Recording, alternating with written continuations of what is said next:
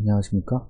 이번 시간에는 기사를 제가 그 포털 사이트 보다 보니까 좀 공감되는 글이 좀 있어가지고 기사 중에 제가 한번 오늘 말씀을 드릴게요. 부동산 투자하면 안 되는 사람들 이렇게 돼 있습니다. 좀 본론으로 이렇게 들어가 보면 몇 가지 유형을 이렇게 써놓으셨더라고요. 이정민 씨라는 분이 잘 모르겠는데 한번 기사 있길래 근데 저하고 좀 공감되는 평상시 제가 생각했던 그리고 아마 제 이거 유튜브 좀 보신 분들은 제가 중간중간 얘기하다 보면은 이런 사람들이 나왔구나 해가지고 자주 언급하던 게 있어요. 그래서 여기 한 9가지 유형이 있는데 이 부분은 이분 말씀이 거의 맞는 것 같습니다. 그래서 공감돼서 한번 제가 오늘 기사 요약해서 한번 말씀드리겠습니다. 언론이나 지인을 통해 부동산 정보를 얻고 이를 신뢰한다. 이거 언론은 이게 잘못된 경우가 많아요. 특히 제가 하다 보면 세금 부분 있잖아요. 세금. 어떤 세금이 엄청나다. 지금까지 세금으로 부동산을 잡아본 적이 없어요. 지금 우리가 이제 해방 이후 계속 경제개발 했었잖아요. 7, 80년도, 90년도를 겪어가면서 세금으로 부동산 잡겠다 해가지고 잡힌 경우가 한 번도 없어요. 그래서 그거 보고서 제가 우스갯소리를 그랬잖아요. 30년 동안 내가 아는 친구놈 중에 한 놈이 아파트값 내려갈 거라고 해가지고 지금 또 전세 살고 있다고. 근데 서울에 살고 있어요. 지금 아파트 서울이 평당 1억이잖아요. 예전에 강남 아파트 3억 할 때도 있었어요. 2000년도 IMF 끝나고. 그래서 그런 거는 사실상 자기가 어느 정도 감이 있으셔야 되는 분들인 거예요. 그래서 이 부동산 제복을 타고나신 분들은 따로 계신 것 같아요. 그러니까 제가 제 주위에서도 보시면 건축도 하시는 분들도 있고 투자하시는 분도 있는데 제복은 따로 있구나. 그거하고 그리고 이거 지인 있잖아요. 지인 아는 사람 참 조심해야 돼요. 흔히들 우리가 이제 얘기를 하잖아요. 친구 때문에 망한 사람은 있어도 친구 때문에 돈 번 사람 없다고. 지인을 친구라고 얘기를 하면은 사실 웬만큼 힘듭니다. 저 같은 경우에도 이 지인들하고 가급적이면 거래를 안 하려고 해요. 근데 지인 중에서도 하는 사람들이 있긴 있어요. 어느 정도 수준이 되시는 분들하고 좀 투자 마인드가 있으신 분들. 그리고 이제 제가 만약에 어떤 분들하고 이제 투자를 한다고 하면 일단은 저를 암으로 해가지고 눈높이를 확 낮춰놓고요. 그 다음에 나머지 이제 부동산 지식이나 이제 여러 가지 여건을 정확한 거를 얘기를 해주죠. 부동산과의 관계라든지 임차인과의 관계라든지 물건을 사고 팔 때라든지 성격을 조급하게 갖지 말라고 한다든지 이 정도의 이제 일반적인 부동산은 장기 투자다라고 얘기해가지고서 당장 부자 될 것 같이 얘기하는 거는 좀 힘들다. 그래서 장점도 얘기를 해주지만 단점도 분명히 얘기를 해줍니다. 그래서 이제 대부분 지인을 톡하면은 이게 경계심이 없어져요. 경계심이 없어지다 보니까 그냥 묻지마 투자가 돼요. 이제 이러면 이제 뒷소리가 나오죠. 믿고 했는데 아는 사람이 그랬다, 친구가 그랬다, 친척이 그랬다, 이렇게 하죠. 제가 우스갯소리를 그래요. 그냥 부동산 공짜로 줘도 욕한다고. 결국에는. 생각지도 않았던 일이 일어나는 것도 있고, 그러는 거죠. 그래서 이게 눈높이가 다 다르기 때문이죠. 근데 상대편 입장에서 보면 또 그것도 맞아요. 투자 잘하면 자기가 잘 알아본 거고, 이제 투자가 이제 생각같이 안 되면은 아는 사람하고 이제 부동산 욕하잖아요. 그래서 이제 부동산으로 성공하시는 분들은 대다수는 자기 판단 기준이 있습니다. 할 거 안 할 거를 딱, 저하고 정말 형제보다 더 친하신 건축주분들도 저한테 의뢰 와가지고 뭔가 큰 거를 결정하실 때 꼭 물어는 보시지만 제가 하라는 거 정말 제가 볼 때는 그분들이 저를 믿는 게 느껴져요. 그렇지만 본인이 아무리 내가 좋은 거를 소개를 하더라도 본인이 감당 못할 것 같은 건 안 하세요. 이래서 되는구나. 그렇죠. 그렇죠. 그게 가장 중요하고 여기 맨 끝에 보면은 부동산 구매 비용의 절반 이상을 대출한다. 이게 돈 없이 하시는 분들이 있어요. 돈 없이. 자기가 감당을 못한다는 거죠. 제가 처음과 뒤에 보면은 본인이 감당 못할 것들을 하게 되면은 이게 단기간에 이게 팔리지 않았을 경우에는 자기가 쩔쩔매게 되죠. 그러다 보면은 제 가격도 못 받고 다시 이제 던지게 되다 보면 이게 악순환이 계속 되죠. 그래서 부동산 뭐 교환이라든지 아니면 뭐 채무승계로 하신 분들이 싸게는 사세요. 싸게는 사시고 그러는데 버티는 힘이 없으셔가지고 기다리지 못하죠. 그러다 보면은 오히려 더 싼 가격에 내놓으시게 되고 쩔쩔 매시는 경우를 제가 많이 봤죠. 부동산을 매매할 때 토지 공부를 스스로 발급받지 않는다. 이거는 뭐 부동산 떼주는데 뭐 이걸로 이제 자기가 확인 능력이 있어야 된다는 거죠. 어느 정도. 이 정도까지 뗄 줄 아시는 분들은 분명히 부동산에 대해서 어느 정도 아시는 분이지 않는가. 근데 그분들은 반드시 수업료를 냈어요. 실패를 맛보신 분들이.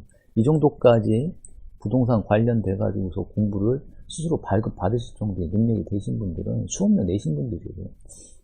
인생 전체로 보면 이제 마이너스도 있었지만 플러스가 이제 더 많이 생기는 경우가 있겠죠. 그런 거죠.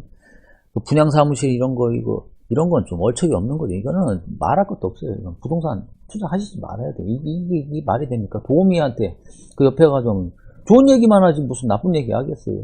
자기 판단 기준이 없는 거죠. 이건 당연히 하시지 말아야죠. 그 다음이나 네이버 지도를 통해 부동산 정보와 위치를 확인한다. 요거는 제가 조금 의견이 분분하겠네요.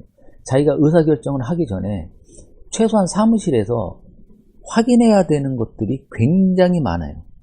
이런 공부를 뛴다든지 뭐가 된다든지 그렇게 한 다음에 현장 답사를 가셔야 돼요. 저는 무작정 현장 답사 성격 급하신 분들 가시는 분들이 있어요. 가면 자기가 뭘 볼 거냐고.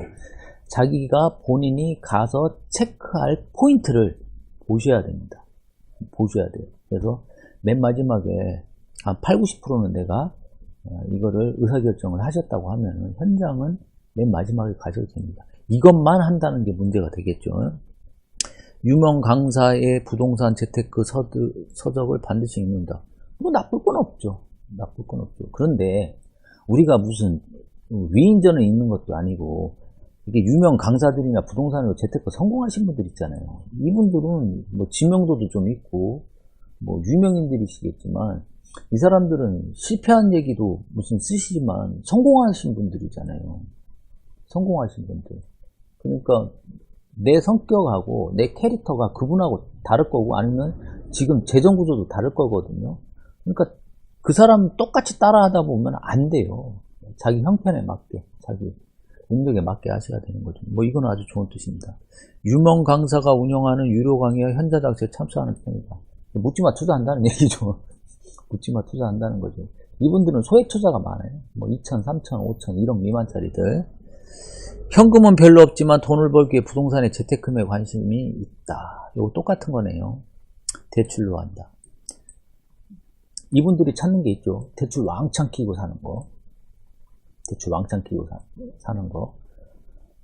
그리고 이제 돈 없이 뭔가를 하려고 하시는 분들. 반드시 이 내구력이 약합니다. 이제 무슨 일을 당하면은